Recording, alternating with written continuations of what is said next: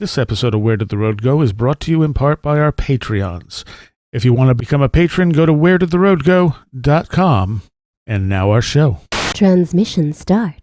Welcome to Where Did the Road Go? Join us as we wander off the path and explore lost history, consciousness, the paranormal, unexplained mysteries, alternative thought, and much more. We are present on the web at wheredidtheroadgo.com. Now here is your host, Soraya. Welcome to this edition of Where Did the Road Go? Tonight I'm going to be airing the second part of my conversation with Cherylee Black. And before we get into that, sad news, most of you probably already know, but we lost two people this last week, involved in the type of stuff we talk about here on Where Did the Road Go. J.C. Johnson passed away February 3rd, 2018, and he had been placed in a medically induced coma due to illness in his lungs and never recovered, unfortunately. I never had the pleasure of having him on the show. I always wanted to, and I just never got around to contacting him. He was big in the cryptozoology field. I always loved listening to his interviews. He always had interesting stuff to talk about. And, yeah, on top of that, February 6th, John Anthony West finally succumbed, and he had actually beaten the cancer. So I guess I shouldn't say he succumbed to the cancer, but it was as often is the case, it's the after effects that do the damage, unfortunately. I did at least have the pleasure of meeting John, and you can find that video interview actually on YouTube, and there's an audio version on the page. He was such a friendly, hospitable guy. You know, I wanted to do an interview with him, and his response was to invite me to his house for a barbecue. There's not a lot of people who will do stuff like that. He was just awesome on so many levels, and it's really unfortunate. He did, however, have quite the life, and went till the very end, which I think all of us should do, really, when it comes down to it. He was born all the way back in 1932. So, again, he lived quite the life. It's unfortunate that he's no longer with us, but he's left quite a legacy. All right. So, yeah, that's pretty much all I wanted to deal with right now. So let's get on to the show and my part two of my conversation with Cherylee. All right. So, you had, after your third near-death experience, at the end of the last show, you said you changed considerably. And one of those changes was that you moved in a more science, mathematics direction as opposed to art, music direction in your life.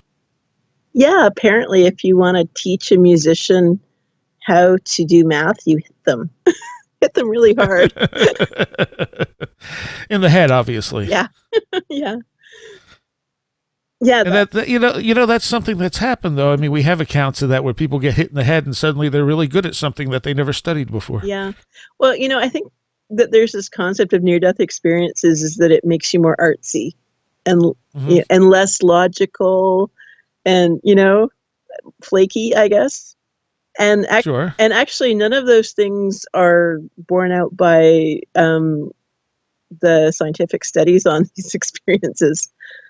Bruce Grayson's actually found that people tend to be more logical in their thought processes after.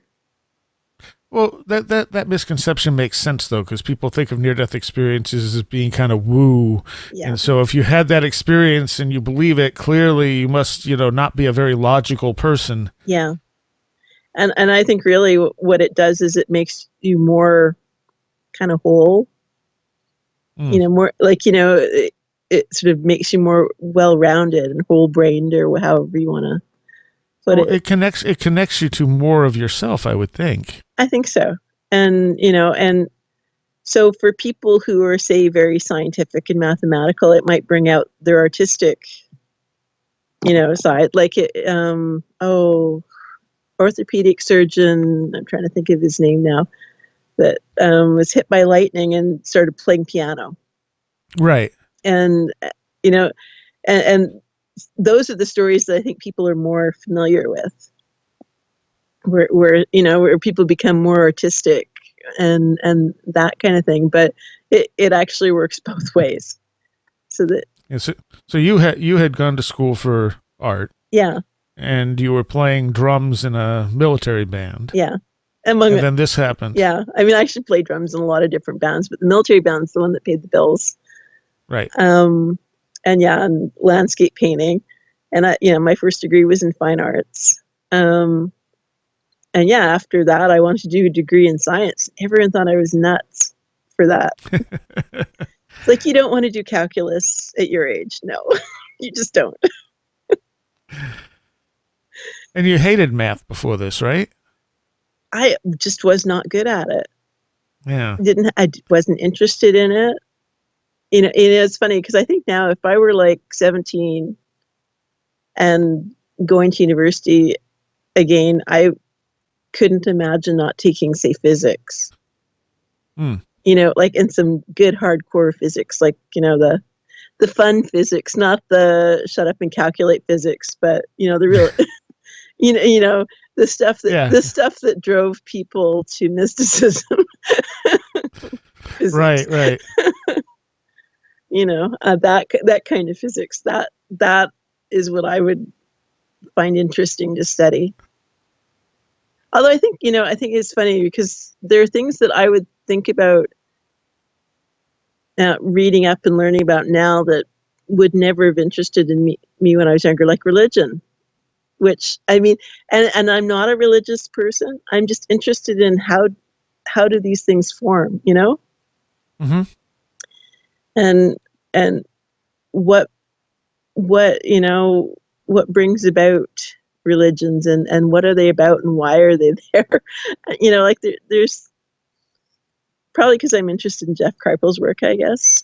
Makes sense. Yeah, because I've watched some of his lectures on things other than his paranormal topic. Mm-hmm. Lectures, and there's something there that I at one time I would have just thought, oh, religions are stupid. Like what would, just haven't experienced people. And one of the things that if I'm not mistaken, from the near-death data is that it doesn't necessarily make people more religious; it makes them more spiritual. Yeah, it does. That, and yet there's so much. I often feel like if I say that I'm a near-death experiencer, that people will try and like co-opt it for a religious end game. It's like oh, you must be this or you must be that. It's like, no, I just had an experience. And I mean, a lot of, even historically, some of the early experiencers that got a lot of attention on TV and stuff were actually promoting particular religious viewpoints. And and even to this day, most of the books that are out there that are published, except a very small list, are published by religious presses. So, and when you go to find books on near-death experiences in the bookstore, they're usually in like the religious book section. Right. So somebody who, like me, my experience doesn't really fit in to the literature has its kind of pigeonholed. And if you were more religious, I wonder if instead of your grandmother, you would have seen a religious figure. That's quite possible. Yeah. So. Yeah, exactly. Just like if you were a dead-on atheist, you might have just not seen anything for a while.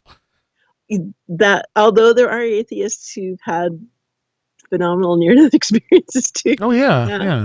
So and it might also be what you believe deep down rather than what you think you believe. Yeah, or what you need to see just to shake up your world a little bit. Yeah, these are definitely not experiences that are full of confirmation bias. No.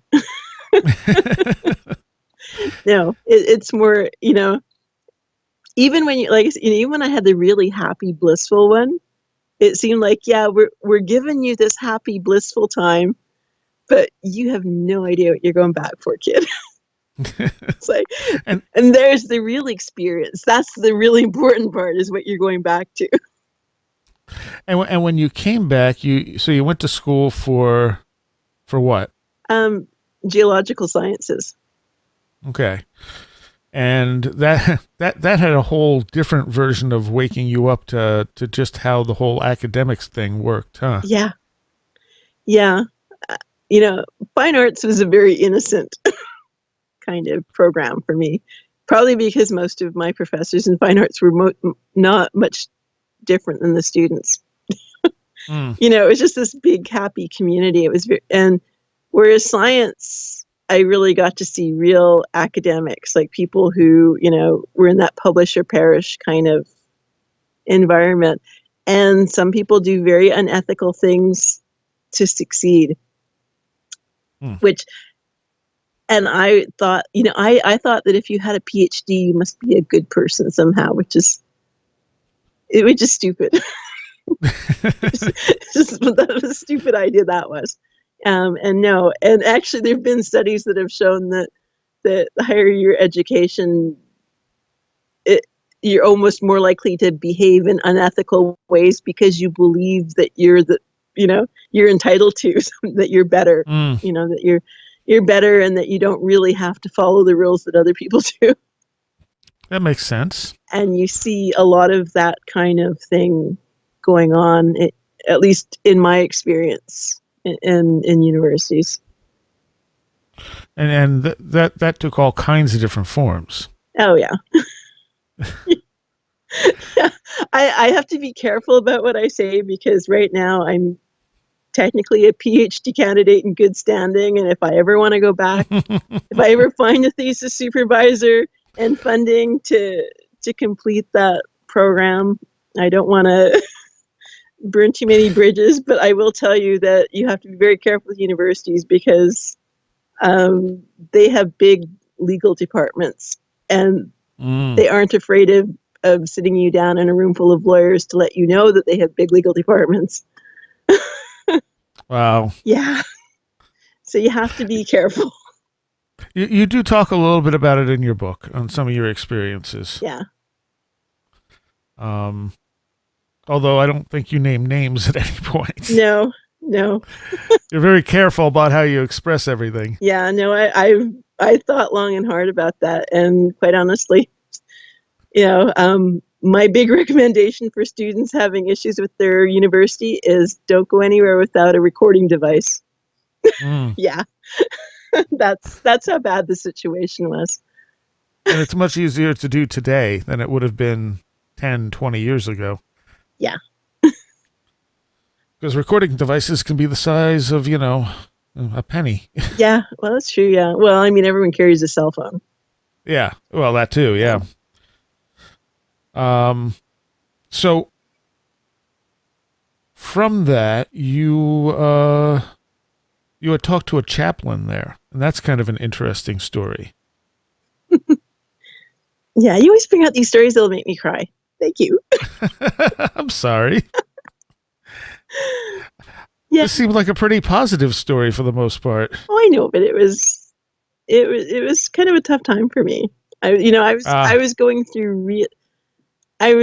through such a terrible situation, in terms of how I was being treated, and instead of blaming the people who were being abusive and acting inappropriately, I think on some level I just started blaming myself, because they're tenured academics. How could they be such awful people? And I want to be a scientist, and clearly good scientists don't see ghosts. So it must be my fault. If I didn't see ghosts, I wouldn't be dealing with harassment and abuse. I just wouldn't. Even though nobody knew, I know, it doesn't make logically, it isn't logical, but at the time I had to blame something, and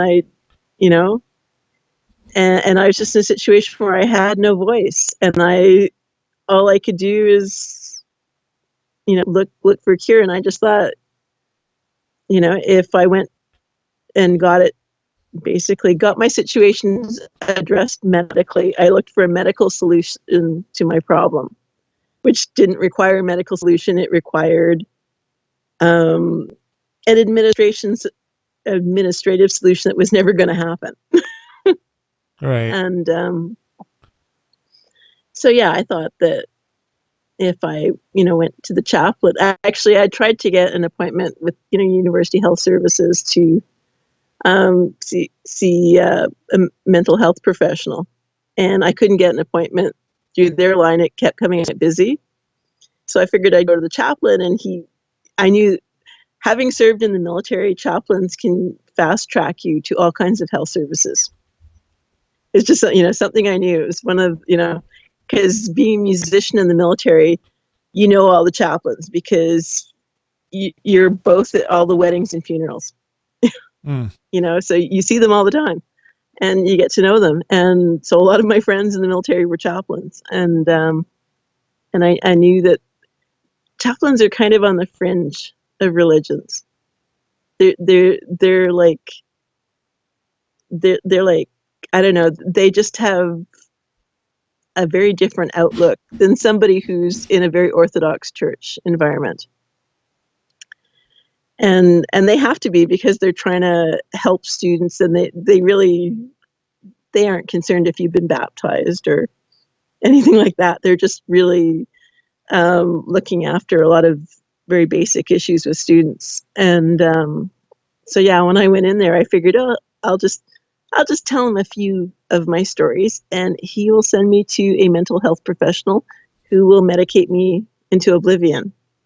And in some ways, that probably, I was also on some level thinking, then it won't hurt so much about what's happening to me. That makes sense. Yeah.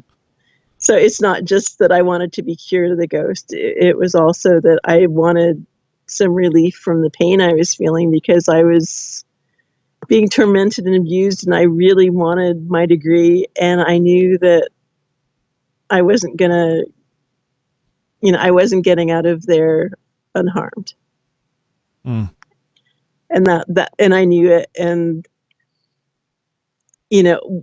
even though the chaplain really, when I went in there, it's funny, he wasn't worried about the ghost stuff at all. He was more worried about the harassment issues.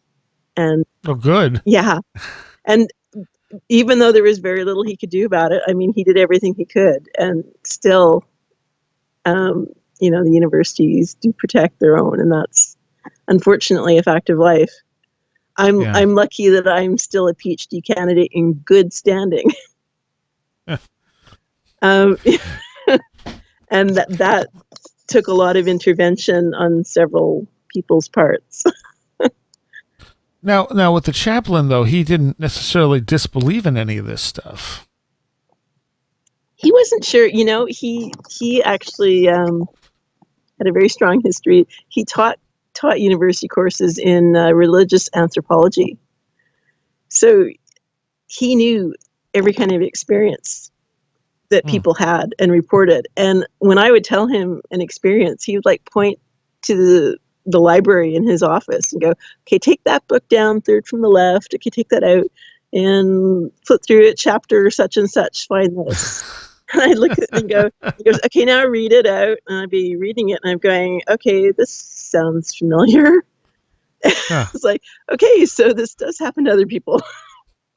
And that, and that was kind of how he looked at it. Like, yes, these experiences are reported. Here, I can prove it to you. Okay, there's that other book. Look at that.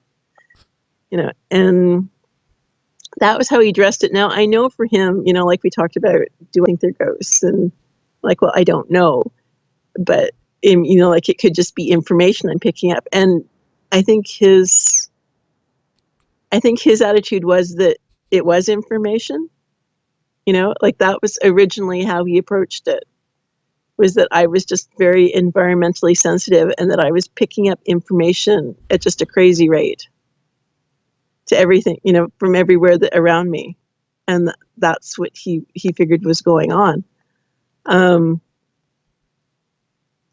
Which he didn't think was crazy or, like I say, he really didn't see the ghost situations as bad at all. He said there was nothing pathological about how I was dealing with those. Right. It was just I was under a lot of stress from these other people were behaving pathologically, not me. And there was nothing I could do about it. And there was absolutely nothing I could do about it, and there should have been. And you have no idea, coming from a military background, where in the military I'd have had avenues to have those situations redressed. And in academia, I did not. And that shocked me. So I thought, seriously, I could be in an artillery regiment and I could deal with these things, and going to university where people are sending their little teenage kids and there's nothing in place to protect them. Like, come on, that made no sense to me at all. And unfortunately, that is how it is in a lot of places. And so, yeah, we, he just figured that he made me promise each week not to try and to seek a medical solution to my problem, which he didn't feel warranted a medical solution. And every week I would promise, and then I'd kind of get mad at myself for promising because I didn't, I really wanted some relief, and I would show up in his office every week, and we just talk about the experiences, and he that was kind of how it went for a while. But yeah, I started seeing this ghost in his office, and I didn't know what to do with it, because the ghost I recognized was a ghost of a young woman who had committed suicide on campus.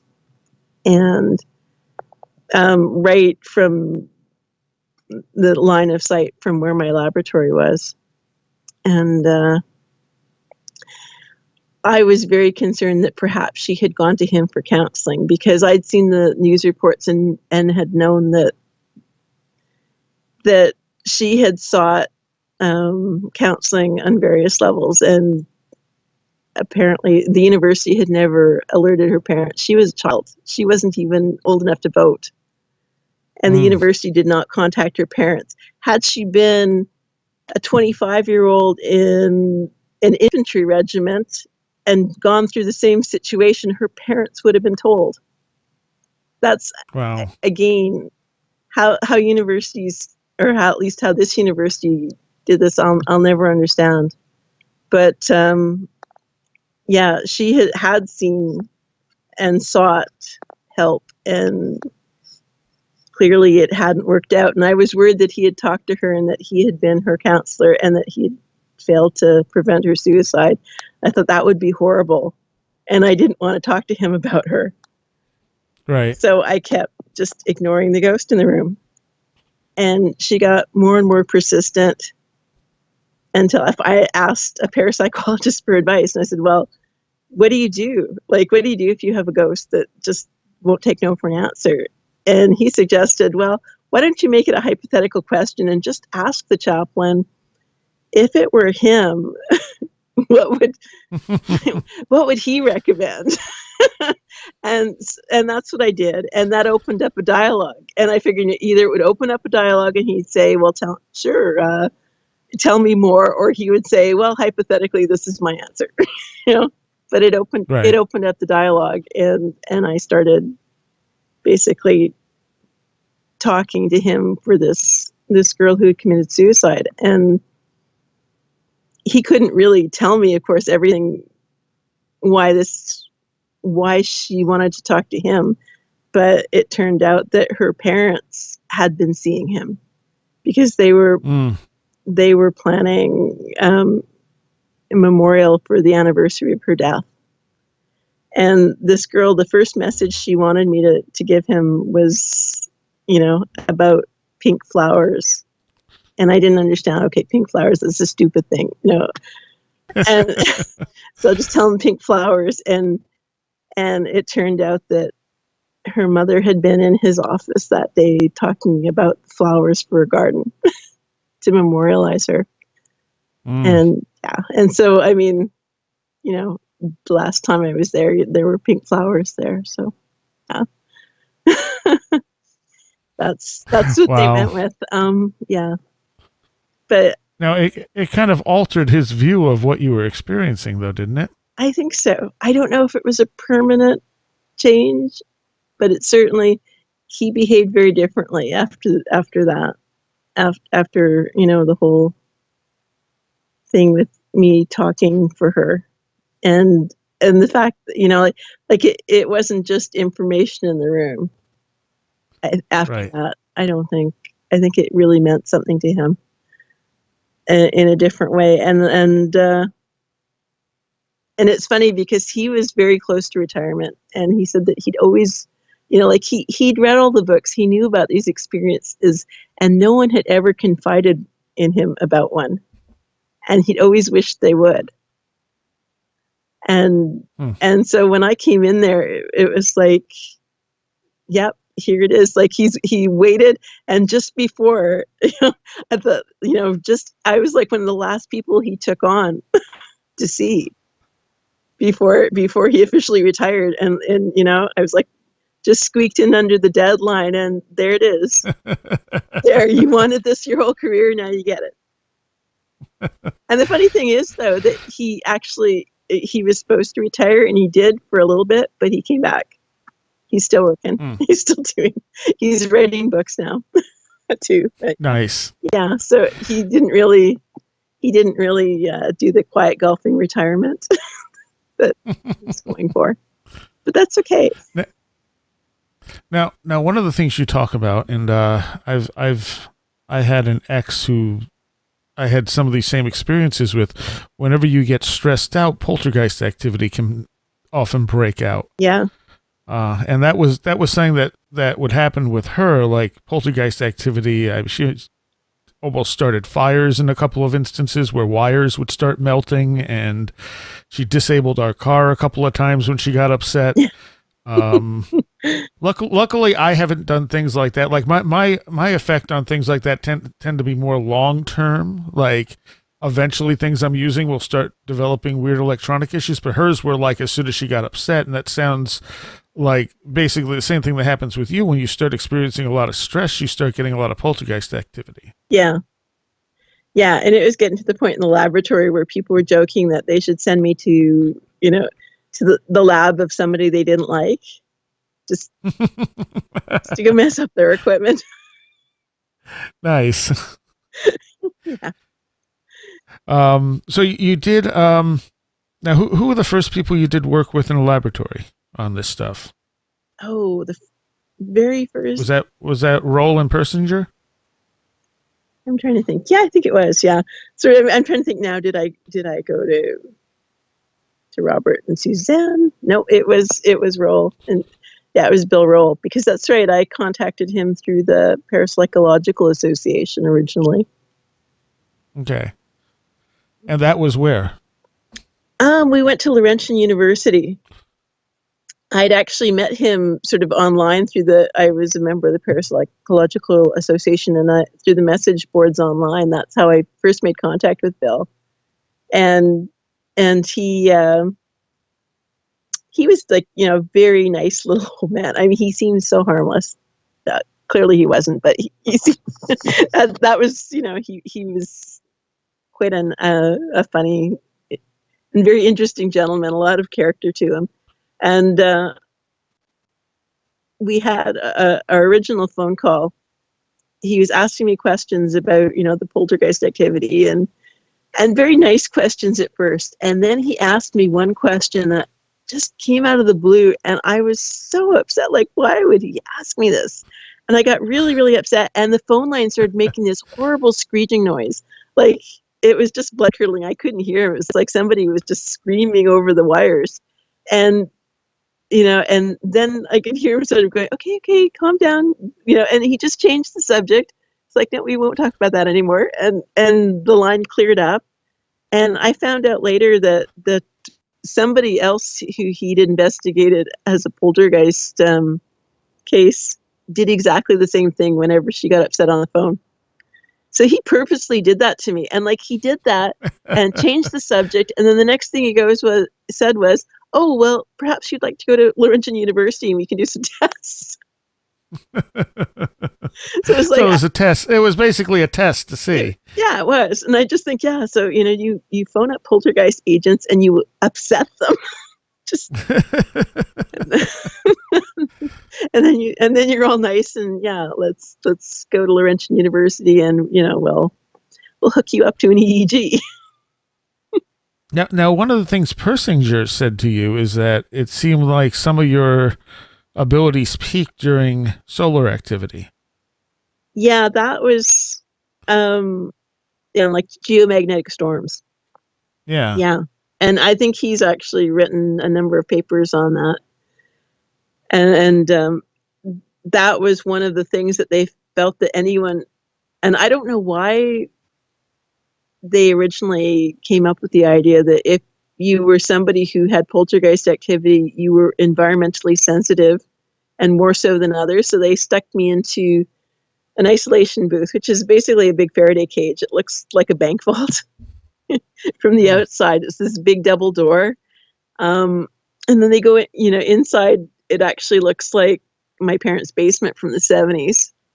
It's like shag carpeting and a really battered up old ottoman chair. I mean, the God helmet that's in there is like an old Skidoo helmet, I think. That's what they made it out of. But I didn't get to wear the God helmet. People ask me that. It's like, nope, didn't get to do that. But they did hook me up to an EEG, and they did something. They have these coils in the room, and I didn't know what they were for because they didn't tell me at first. They just said, yeah, we've got you hooked up. There's a mic on you, so we're going to close the door and just tell us how you're doing. So, for the first few minutes, and I actually really like being in a Faraday cage. It's quiet in a way that I can't describe because it cuts out all the electromagnetic kind of noise. Mm-hmm. So it's so quiet and wonderful. I almost wish I had one at home to sit in sometimes. It's really nice. And so, I'm sitting there and I can hear them over the little microphone. They're going, okay, so how are you doing? And I'm like, oh, it's fine. Everything's fine. It's feeling good. Yep. Everything's great. And all of a sudden I was like, oh my God, what on earth are you doing to me? And I got violently sick, like felt sick to my stomach, and I was awful. And apparently I'm the most sensitive person they've ever done that test to. Oh, lucky you. Yeah, lucky me. I know, I threw up afterwards. It's awful. But apparently I proved their theory. And they say that's a test that they do to university students all the time. They have done it to lots of people, and they say a lot of them just fall asleep in there, don't notice a thing. They say the worst they get is some people feel mildly irritated. and you got sick. Yeah, and I got really sick. Huh. Yeah, and the second time I went to Laurentian, they had actually fine-tuned that, and they promised me that they would, as soon as I felt anything bad, they would ease up on it so I wouldn't be as bad as the first time. Mm-hmm. And they could really tune it in, and they said that I could actually, I was so accurate. They said they just touched it, and I could tell them every time it went to a certain frequency that I would complain, and it was so accurate. And I could even, like, I was sort of reporting the colored lights that I see in the room around me, and right. They said it was really neat because if I said it was green, it was at a certain frequency. If I said it was red, it was at a different frequency. And it was each time that they went to that frequency, like when they would do it in random order, I was picking out the same color for the same frequency, which is, I think, I thought that was kind of neat. Well, yeah.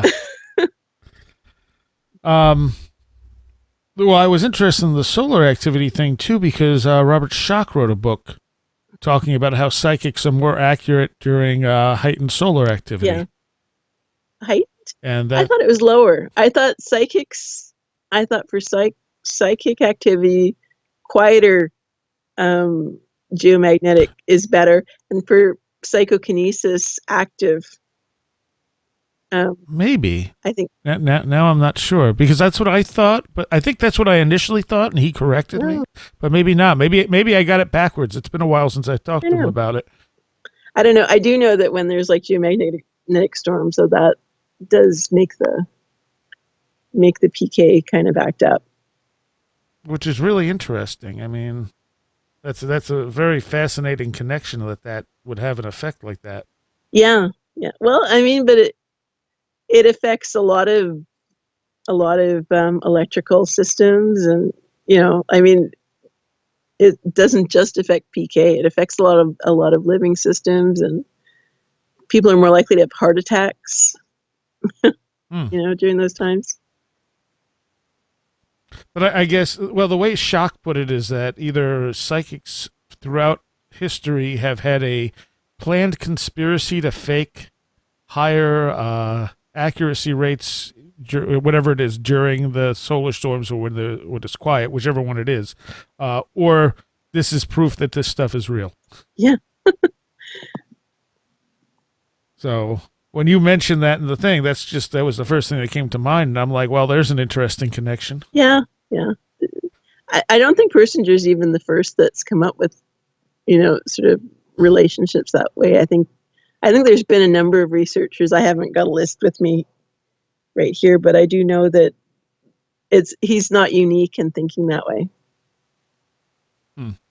Now the other tests they did, they had you hooked up to an EEG, and this is what you were just talking about where they were able to tell what light you were seeing, and when the EEG would light up. Oh, okay. Well, the first time I was there, actually, I'm trying to think which tests they did. I need to read my own book. Well, see, I wrote it from my journal, so it's pretty accurate as to which tests they did when, and I was there more than once. But yeah, they found that when the door to the isolation chamber was closed, so I wasn't getting any of the electromagnetic noise from outside. Mm-hmm. That after about 15 minutes, my EEG would be normal. Huh. Whereas when the door is open, my EEG is never normal. And why do you think that is? They couldn't tell me. And I remember asking him, I think, the first time I was there, I was thinking, maybe I'm schizophrenic. Is this what, because I've seen from the EEGs, they did several graphs and things to show how the areas of brain activity, and they showed me like a normal brain and what it should look like, and then how my brain is really different. And I asked it, I said, well, does that mean like I'm schizophrenic or something? And Dr. Persinger told me that a schizophrenic person, you can't really tell the difference from a normal brain on these tests. Where you can very clearly tell mine from a normal brain. So I said, am I worse than a schizophrenic? He said no. He said he wouldn't characterize it that way. but so there's clearly something very different. And that actually, that gave me a way of talking about this, at least because there are tests that show that for some reason my brain doesn't seem to operate like a normal brain does. But if you stick me in a Faraday cage and leave me there for about 20 minutes, I start to. So I'm reacting to something around me. Huh. Okay. Like I'm responding to my environment somehow. Now they also had you doing OBEs while you were hooked up to some of this stuff. Yeah, that was kind of a fluke. The first one just happened accidentally. And what did the equipment do when that happened? I'm not entirely sure. They said it did something. They haven't really shared all of the data with. Oh. No, I haven't seen it all, so I don't know exactly what happened during that.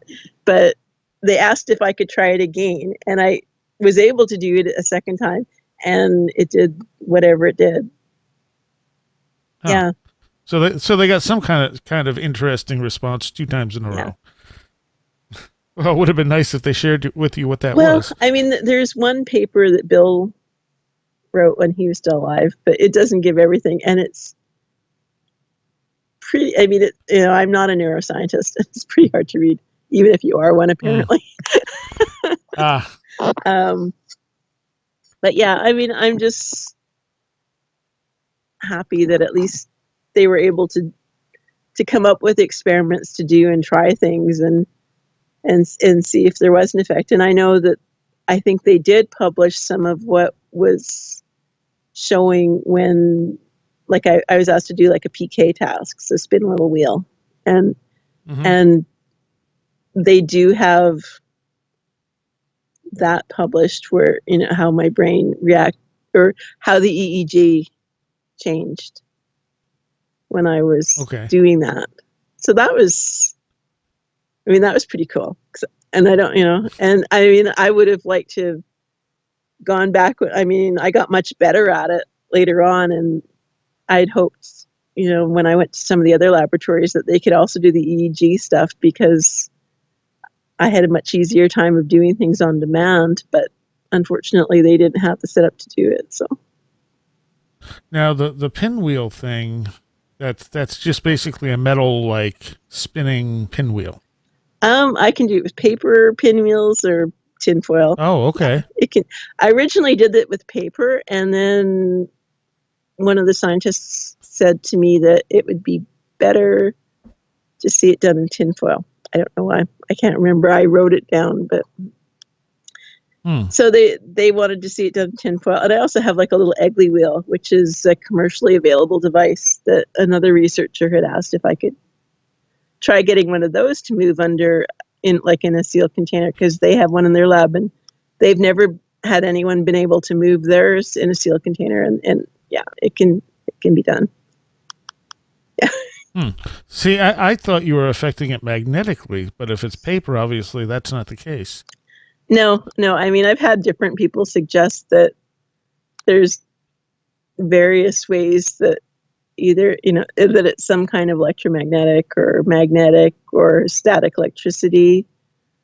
I think the static electricity was why they wanted me to do it tinfoil, that it shouldn't affect that as much. Right. And what else have we tried with? I mean, like glass jars versus plastic jars. And you had one skeptic who was what? He was making it, he was grounding it. Yeah, he was grounding it, and he told me that it should be harder to move when it's grounded, and it wasn't. And then he was testing to see if you could figure out when it was grounded and when it wasn't. That's right. He had it so that I couldn't see. He had like the wire underneath the table, so he could ground it and unground it without me seeing it. And so I would get the little wheel spinning, and I would tell him if it was grounded or not. And to me, it seemed quite obvious that when it was grounded, it would spin faster. And it felt easier. I mean, it wasn't a huge difference, but I could feel it. It felt different, even though it might not have looked a lot different just from watching it. But yeah, he said that I was like 100% accurate when I was telling him if it was grounded or not. But then he said that maybe it's not really whether it's grounded or not. Maybe you're picking it up psychically, whether I'm flipping the switch or not. So I mean, I'd have to be one heck of a good psychic to be 100%. Yeah, well, either way, you're doing something impressive. I guess so. But I mean, I'm not that, no psychic is 100%. No. I mean, I think if you get 30%, you're above chance. So hey. Yeah. I've heard psychics claim that they're always right, and that's the first red flag. It's like, oh, really? Oh. Okay, we're not even always right on things we see or hear, much less psychic impressions. Yeah, that's for me, okay, I can describe things as best as I can describe things, but if I were to go in a crowded room and you were to point at somebody in that room and I was supposed to tell you things about them just from looking at them standing there. It's like, yeah, how accurate, like how is that any different than you expecting me to describe someone that you can't see and I can? Just because we can both see him doesn't mean he's any different than if it's just one of us being able to see him. I don't know. Like, I think all you can do is describe what you can see, and that's that. And you're probably going to be wrong. I mean, I could see a guy coming down the street and think he's a great guy, and he could turn out to be a serial killer. Like, looks don't tell you everything. Well, no. Yes. Obviously not. That's right. So, so it's just silly. I don't know why people would think that psychics would be 100% or whatever. Well, I've heard psychics claim they're 100% before. But I've also, I think there's that expectation, well, if you can do these special things, you must be right all the time. Yeah, I know. And I think that's where a lot of the trickster element comes in, because, they start getting pushed on demand, and they have to do something to kind of live up to it. You scare people like that. I mean, it's not fun to go into an experiment and have your whole reputation based on that, on whether or not you do well. Like, I wouldn't want my whole academic career on one exam, because you can have a bad exam and still be a smart person and still graduate with honors or whatever. Like, one bad exam doesn't mean anything. And I mean, and really in science, it's repetition and doing things over a long term, and that's one of the problems I've always had with, as much as I like participating in the experiments, it frustrates me a certain amount that overall they're generally very short term. You have a couple of days in a lab and everything is just based on a couple of days. And it would be nice to go in lab every day, repeat the experiment, come back the next day, repeat the experiment, and do that for a year or two. And I've actually done some of those myself at home, and I was able to get that actually presented at a parapsychological conference. Oh, yeah. Nice. Was this the pinwheel thing as well? Yeah, it was the pinwheel experiments, and basically I looked at my friend. I'm friends with a fellow named Jim Carpenter, who used to be the president of the Parapsychological Association, and he wrote a book called First Sight that kind of explains the psychology behind psi experiences in a really interesting way. And so he had helped me set up some experiments using what's called a Panis mood score, which basically you fill in the boxes before the test and you score it later on. So you can tell what your mood was based on these. And it's a fairly commonly used test in psychological experiments. So there's nothing weird or made up about it. I'm using like the standard test. Here's my mood, and here's my mood before I do the move the pinwheel. Here's my mood after I've moved the pinwheel. And is there a difference? And you just do the statistical analysis. And so I wrote a paper on that, and he was really kind enough to co-author and present it for me. Yeah. Nice. And that was really cool. And that was like a long-term study, which was great. And that's more of that kind of thing is needed. Unfortunately, there's so little money, for parapsychologists, and you're just not going to get that anytime soon. You also went to the Rhine Institute for some testing. Yeah. Which, I mean, is one of the more famous places for psi testing. It is, although when J.B. Rhine did it, he was like a tenured professor and had the luxury of being a professional, and that was his full-time job. Whereas now it's still, a lovely organization, and the people there are great, but they're when I was there, the people I was working with, really, most of them, that's not their real full-time job. And so, again, there's a lot of limitations in terms of funding. There is no funding for the work. You basically, everybody's there volunteering their time. They do have some good equipment, though. They've got a photo multiplier tube in what they call their bioenergy lab, where they sit you in a dark room and they ask you to create light. And everybody creates a certain amount, but there's some people can really, make a significant difference. Right. And so that's, my husband jokes that his wife glows in the dark. And so have they published any of this stuff where people can find it? I don't think they have yet. There's some stuff on the web. Robert and Suzanne Mays have a website where they've written up some of the experiments they've done, but I don't think they've published it in a peer-reviewed journal format at this point. I know I'd really hoped, because I've been there a couple times, and I know it's just time limitations and everything, but yeah, it would be nice to see more papers come out of it. Although some stuff has been presented at conferences. Okay.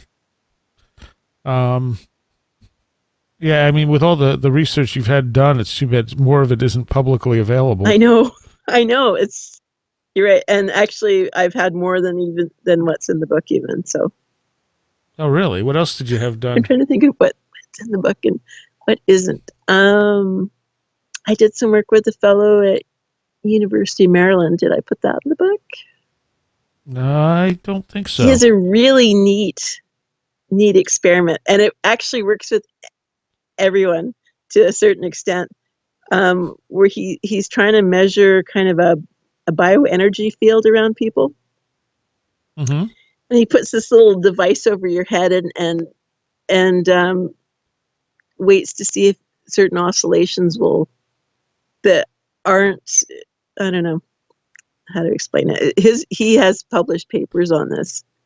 Although I don't think he's published specifically with the stuff I did with him, although I could be wrong on that by now. But yeah, it's basically, he's got this device that kind of measures a bioenergy field around people. And yeah, and we got some anomalous stuff happening, and he's having difficulty, I think, accepting that it's anomalous. Like, he thinks it must be a equipment malfunction that he can explain some other way. Like, it's one of those things where I'm looking at it going, yeah, that makes sense to me. And he's going, no, there must be something wrong here. Well, why would he not accept it? I think it's just one of those things where if it goes outside what you're comfortable with, or if you don't have a box to put something in, you just kind of discard it until you've got, Okay. He just doesn't know where to file that. But I would think as someone doing this type of research, he would be very excited about things like that. He is, but he's still not sure what to do with it. Okay. I mean, right. I think he was, but I think he just wasn't sure what to do with it. And at some point, maybe he will. And there's other people actually building the same device. He's published instructions on how to do the setup. So people can build their own devices. And I think, University of Virginia, some of the people there were actually going to build one.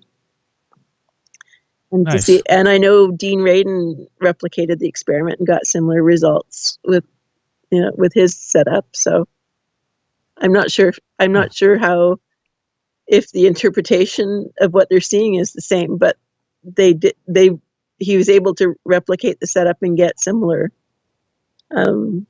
data from people he tried it on. So yeah. Okay. One of the things they offered you at one point, I don't remember, maybe it was Persinger, said they might have something that would cure this for you, make all these experiences go away. Yeah, Persinger did suggest a particular drug that might be a cure. And I know that I talked to a number of people, like Krishna can't prescribe it because he's not a medical doctor. Mm-hmm. And I thought about going to my own doctor and getting it prescribed at one point when I was at the really low point in university and just so miserable and just wanting some kind of relief from something. And I got talked out of it by several people. I know a fellow at UVA who works with near-death experiencers, Bruce Grace, and he told me that, there's no drug that's been shown to alleviate parapsychological symptoms.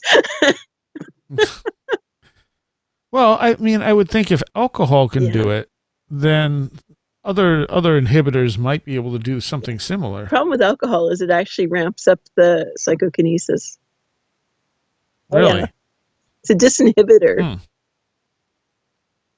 Well, that's interesting. Yeah, and it's funny because I remember asking a researcher who'd written quite a bit on psychokinesis, and I'd asked if anyone else had noticed that particular effect, and she says, yeah, that some of the very famous cases, I think Ted Sirius would get very, very drunk before producing psychokinetic effects on photographs, and and there's been a number of ones where PK was involved, that alcohol was used to kind of get them in the mood to perform. Huh. Yeah, that I didn't know. I mean, from my own experience, I don't have a lot of PK type stuff going on around me. I don't get a lot of poltergeist activity except in really small amounts. So it's not like I noticed any of that dropping off or increasing, when I used to drink. It was just more the sense of things around me. Yeah, no, I don't drink anymore because we have a light fixture upstairs that we still haven't gotten fixed. From the glass of wine that, oh my gosh, there was a ball of light, like ball lightning, that kind of went down the hallway upstairs when that light blew up. Wow. Yeah, it was bad. But it seems to require a certain amount of stress. Like, it was a stressful time mixed with a glass of wine. Whereas if you're taking a glass of wine and relaxing, I probably wouldn't happen. But there've been, some of the times where I've been kind of under stress. Restaurants are terrible for me. My husband loves really nice restaurants, and I'm a beer and pizza girl. And he, and so sitting down in a fancy restaurant with a glass of wine, it's just not good. So do you think that maybe the PK ramps up with alcohol because you're less in control? I mean, not that you're really that much in control to begin with, but you'd be less focused when you're drunk. Well, alcohol is known as a disinhibitor, so it lowers your inhibitions. Right. So it makes you not worry so much about the consequences of your actions. So, so you're more likely to do things that you might think twice about or feel differently about it when you're sober. But with that stuff, you're not really thinking about it because you're not doing it intentionally for the most part, right? For the most part, but sometimes it's like sometimes there is a little bit of intention there. Like if you're angry at somebody. Yeah. Okay. Yeah. That makes sense. Yeah. I think the last time I got angry at a restaurant and a waitress, a glass picked itself off the table and dropped behind her. Yeah. Fortunately, that's in the book. You said everyone saw it too. Oh no, this was a more recent one. I don't think is in the book, and they blamed it on a ghost, though. Thankfully. No, that's in the book. Oh, it's not in the book. Okay, I guess that might have been in the book. All right. Yeah, because you said they blamed it on the resident ghost. Okay, yeah. So I did write about that one. Yeah, and my husband thought it was funny. Well, it is funny. So apparently you're their resident ghost. Yeah. So let's talk about your Kundalini. Now, I've done a couple shows on my experiences with Kundalini, but yours are different. And part of what makes it different is because you see color. And that's not something like I've never seen auras. I don't see colors, but a lot of your experiences revolve around seeing colors. And the Kundalini one is no different, where you actually see colored lights under your skin. Yeah. And they're like little dots that move around and they can hurt like the Dickens. Mm-hmm. And then they'll shoot out. And yeah, I've actually seen them shoot out and hit a light and it go out. Yeah. Do you have any of the more traditional Kundalini symptoms? Do you like hear noises or anything else when that stuff is going on? Like a buzzing. Yeah. Yeah. Okay. That's interesting too.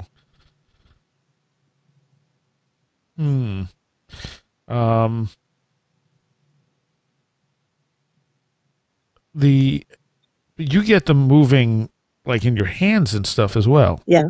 Yeah. Right? Because I mean, what do you feel in your back when this is going on? That I get almost sick to my stomach. It's like everything's moving. Yeah. Okay. See, it's different, and I think Kundalini is one of those things that's different for everyone. Does it feel electrical to you? Yeah. And you didn't know what to call it either when you first had this experience. No, did you? I'd never heard that word. And who was the one that made you aware of that? Oh, I think that was Bruce Grayson too. And again, that was I'd asked him some questions because I'd done some near-death experience questionnaires with him. And did it help knowing what it was? I didn't stop it or anything. I think it made me feel like, okay, other people have this experience, which is better than I'm crazy. Nobody else is like this. So, I mean, from that perspective, yes, it helped. I mean, he actually wrote a chapter in a book about it and sent it to me. And yeah. Did he also recommend doing breathing exercises of a sort? He really didn't recommend that so much. I mean, one of the things I think he had suggested that often works with near-death experiencers that are kind of having, a variety of weird experiences is junk food. Greasy food can weird. sometimes calm down some of the symptoms. So yeah, he said, go eat a greasy hamburger. Did it work? I couldn't bring myself to eat a greasy hamburger. Oh. I'm not really into that. Well, it's interesting though when you look at these, there's such an interplay between whatever this stuff is, this energy and everything else in our physical bodies. Yeah. Alcohol affects it, and so it's very much a part of us. It's not separate. Yeah. Yeah. Well, and I think that everything, like I said, we're responding to our environments. Yeah. And everything that we sort of take in from it. Yeah. There was something else about your Kundalini I was going to ask you about. Now I don't. Oh no, it wasn't about the Kundalini. It was the binaural beats that you were using at one point. Oh yeah. Now, were you using that during the PK experiments? Yeah, I'd actually. I had been in contact with the people at UVA because I was getting ready to do some experiments. I was going to go there for a day, and I had said that sometimes it really helped. I had downloaded one of those free downloads from online, and it turned out that the lady who co-founded the company that made that particular download was a friend of his who had been going to research meetings at UVA, and she was willing to actually try customizing binaural beats to see if she could come up with special PK mixes for me. Did they work? So what do you think it is that works with the binaural stuff? Do you think it's just a matter of altering consciousness? Like what effect does it have on you? Um, I'm not really sure how they work. I know, I know Well, I know you're hearing like sort of separated beats in each ear, and it makes you hear it as like one beat of a different mhm. frequency that otherwise you couldn't hear. But yeah, I'm not entirely sure. I know I've gotten some like the emails, like it's Karen Newell's company, Sacred Acoustics, and she's been so generous. I mean, basically giving me all kinds of downloads to try out and experiment with, and even shared some with some of the researchers I was working with so that they could use them and try them out. And Hmm. yeah, and different ones seem good for different things. And they did a couple of different PK mixes for me, and there was one that I liked better than the others.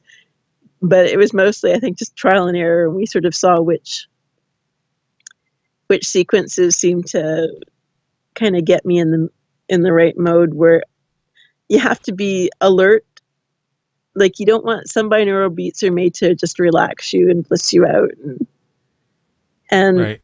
and some are set up more for kind of being alert. And I think it's the alert ones that seem to, it's like you want part of your brain to relax while part of your brain is really on point. Mhm. And that seems to make it easiest. But yeah, I found that with the things, and maybe it was just also kind of a, oh, like just a habit where you got in the habit where I would listen to it and then I would do my experiment. That so when I went and traveled to this lab in a strange place, everything else might have been different, but I was still listening to this and then doing the experiment. Mhm. So so part of it is just the getting into the habit of, I think, but I think part of it is that it did seem to help as well. Although I know some of the people I've heard talking about this that do neuroscience say that they don't think there's actually any difference. They think it's just like a placebo thing where you think it should help, so it helps. So Hmm. there probably needs to be a lot more research into that, but how many people are researching PK agents in their labs? See, when I tried them, I didn't expect them to work. And I think the first one I tried didn't do anything. Like I tried just meditating while listening to it. And the first one did absolutely nothing. But then like the second one I tried, I started getting all kinds of weird visualizations while I was using it. Yeah. Well, actually, So yeah, and it's different if you even doing individual versus group. Um, I went to one where Karen Newell and Evan Alexander did a workshop here when they released their last book, and they did that where they played the binaural beats over loudspeakers to the audience, and mhm. it was the most trippy experience. I felt like I just loved everybody in that room and knew everything about them. And other I, th- people were reacting I didn't too. think I didn't think it was supposed to work over like loudspeakers or something. Like, doesn't it have to be isolated in the ear? They apparently, she says it works best if it's isolated in the ear, but they Okay. do have some where it seems to work. And she says the effect isn't as great, but for some reason, she says it's like doing yoga with a group of people. That, Hmm. and I've never done yoga in a group of people, but I know others who have and say that it's a different experience than doing it by yourself. That there's sort Right. of this spiritual connectedness sometimes. That Yeah, makes and sense. it was just a very trippy experience doing it with a large group of people. And at one point, I Hmm. actually felt like this wave kind of pushing through me, and I mean, I almost lost my footing because it just felt like somebody was shoving me backwards, and then it came sort of Interesting. from the opposite direction and pushed me forwards. And it was just, and I opened my eyes at that point, looked around, like there's nobody touching me. Seriously. So it was a different experience and a really neat experience. But I do know that if you asked a lot of the researchers, even a few that kind of looked into it peripherally, they'll just say, "Oh, we don't see any evidence," but that doesn't. Oh, So I sure. don't know. I don't know, and it would be nice to see some studies done in it. I think a lot of what the binaural beats do is they kind of shut down, like they quiet your brain. That makes sense. And I know if you look at some of the studies of mediums that were done in Brazil, when they did EEGs of them while they were, sort of channeling, that their brains got quieter, not more active. Interesting. Yeah. Okay. I think I had one more thing I wanted to. Oh, yeah. The other thing I wanted to mention throughout this, you keep acting like having these abilities. It makes you a monster. Why would you think monster and not like, ooh, I'm a superhero. I can spin a pinwheel with my mind.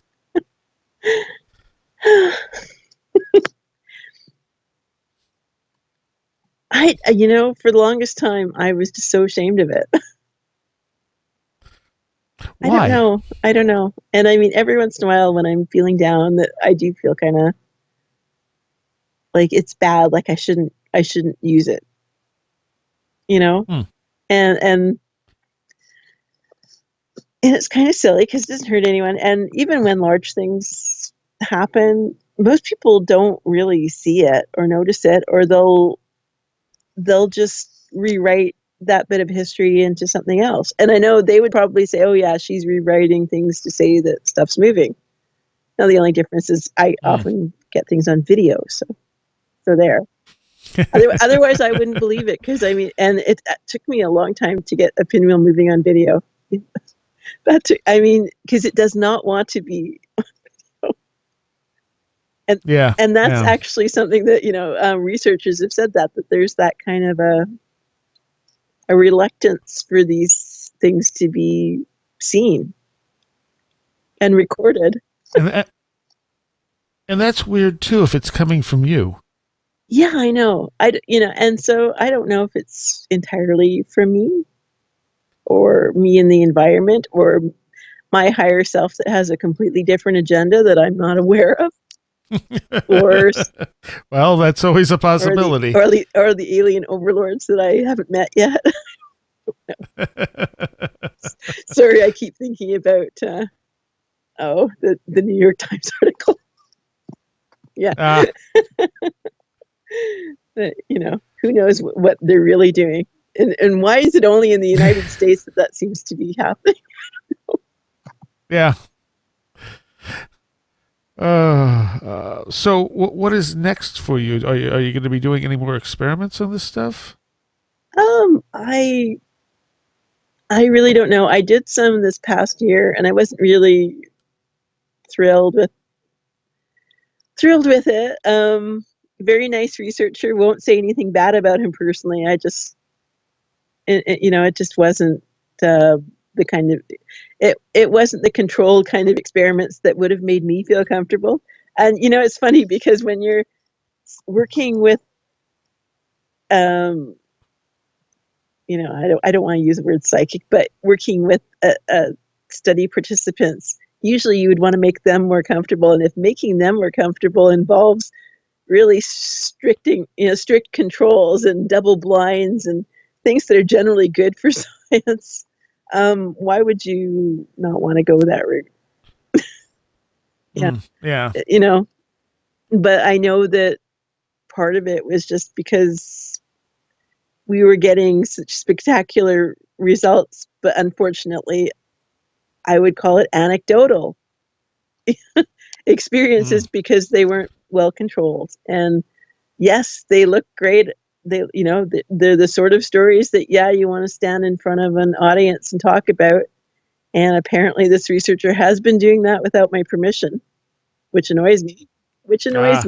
Because it's, I get that, wow, cool results. And doesn't this look flashy? But it doesn't matter. You can't call it science. If he didn't call it science, I wouldn't care. I'd say, yeah, talk about them all you want. Just don't call it science.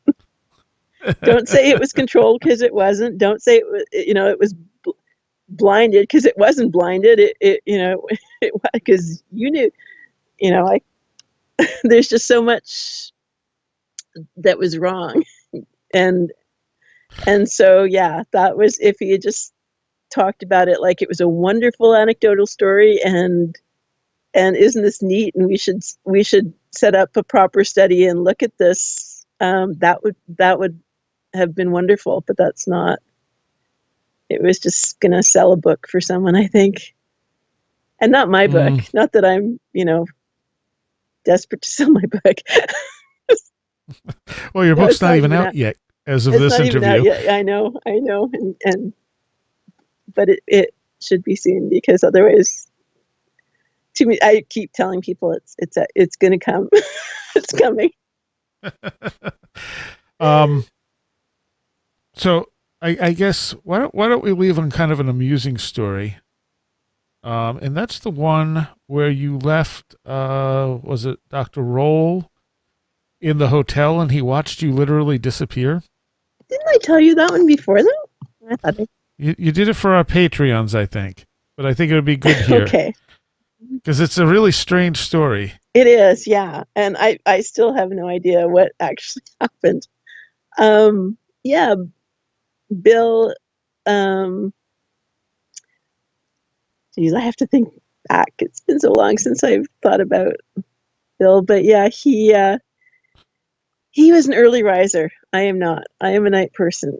And one of the things I found when Bill and I went to Laurentian University, we were both staying at the same hotel, and he would make sure I was up bright and early to have breakfast, because who would miss breakfast at a hotel when they could sleep till noon and have lunch and start the day. So yeah, Bill would wake me up early, and we'd have lunch or breakfast, but by lunchtime, there was nothing at the hotel for lunch, and we had to go out elsewhere. And so I didn't really want lunch that day, since I'd had a huge breakfast, and since I'd been forced to eat when my body just wasn't used to it. And I really wanted to just go for a walk and clear my mind. And Bill was going to walk across the street from the hotel where there was a Swiss chalet or something and have lunch. And so we were in the parking lot, and I was walking away from him, and I turned around to say goodbye one last time, and he wasn't there. I just thought, oh, he must have gone inside. And all right, fine, Bill. Well, don't even say goodbye then.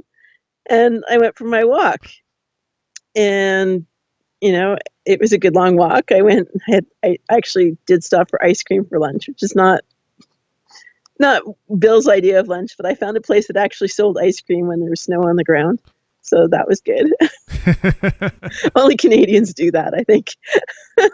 It's the thing. But yeah, so I went, and everything was fine. And I came back to the hotel, and we were supposed to meet in the lobby. And it wasn't a very big hotel. It wasn't a very big lobby. There was only one way into the lobby. There was one set of elevators, and there's like no place where he could be in that lobby without me seeing him. And I didn't see him, and I waited, and I got annoyed.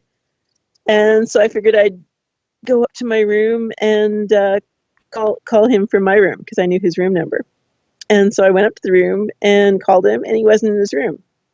So I went back downstairs, and he was sitting in this big chair that was right in front of the door. Like you could see everything in the lobby from that chair, and you couldn't miss that chair from any place in the lobby. And he was sitting there looking annoyed at me, and he was like, "Where have you been?" I'm like, "What do you mean, where have I been?" Yeah.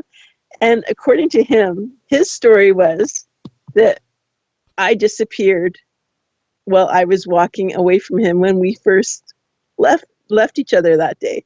He said that when we left the hotel at lunchtime, he said I got a few feet in front of him and I was gone. I just disappeared, literally disappeared in front of his eyes. And he looked for me, and he said, there was nothing on the street. The hotel was on kind of a highway. So, and it's flat there, and you could see for quite a long ways from the hotel.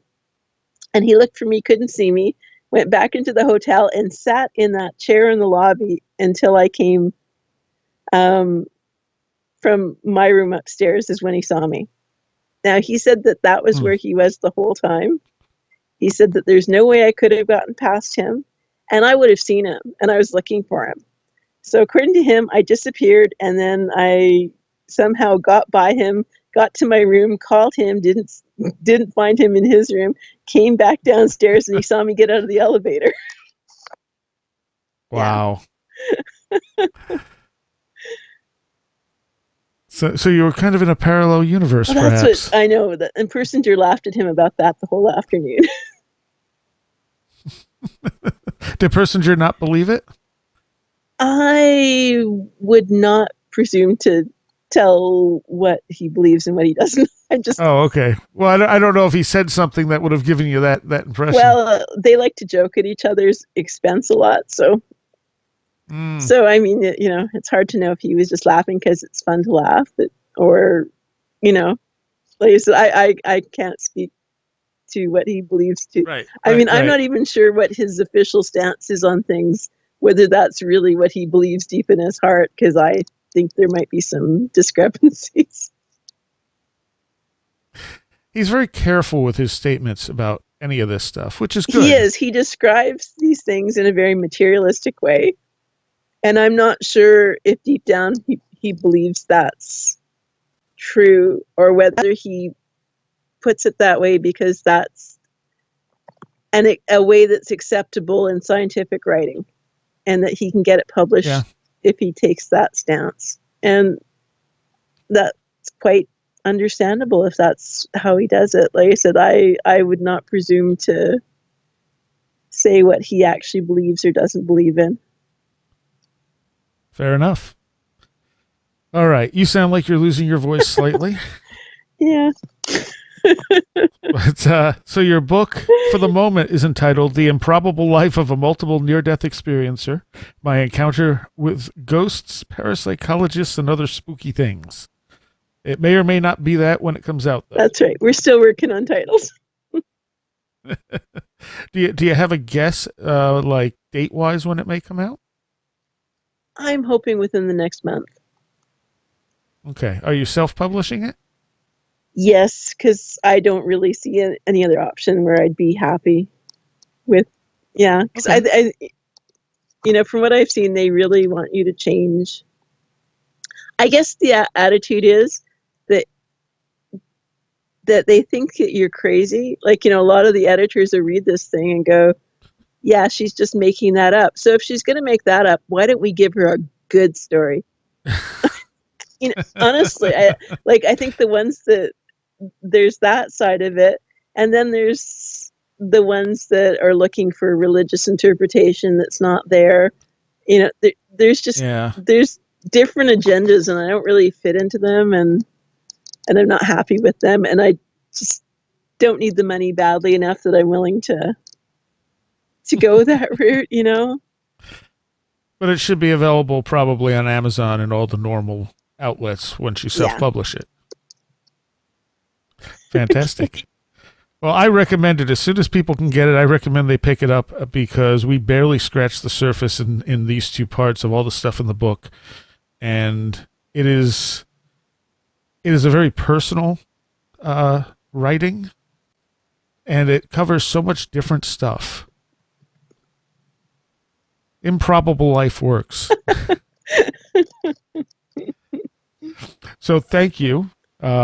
We've actually been doing this for almost 4 hours, I think. Well, thank you for having me. That's why that's why you're losing your voice. So yes, thank you very much. If people want more detail on your near-death experiences, they can go listen to the first part, because I think that's mostly what we covered in the first two parts back a couple of years ago. When I say first part, I mean the first time you were on.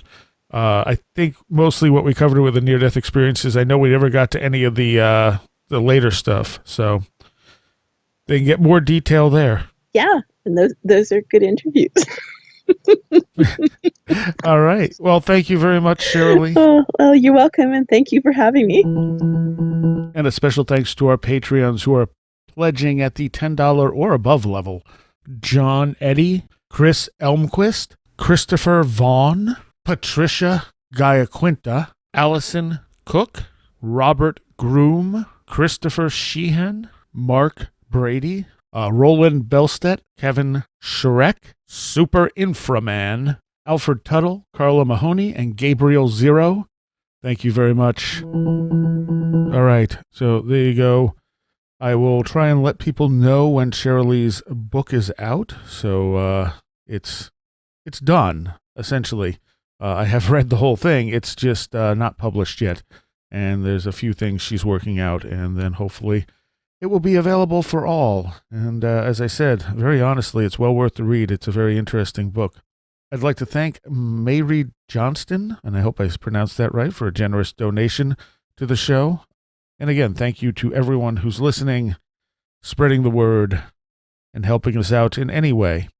The show exists because of all of you. You have been listening to Where Did the Road Go? This show is made possible in part from our Patreons, and we thank you and everyone listening for helping us continue this exploration of the strange. You can always find everything Where Did the Road Go related at www.wheredidtheroadgo.com. And thank you so much for your support.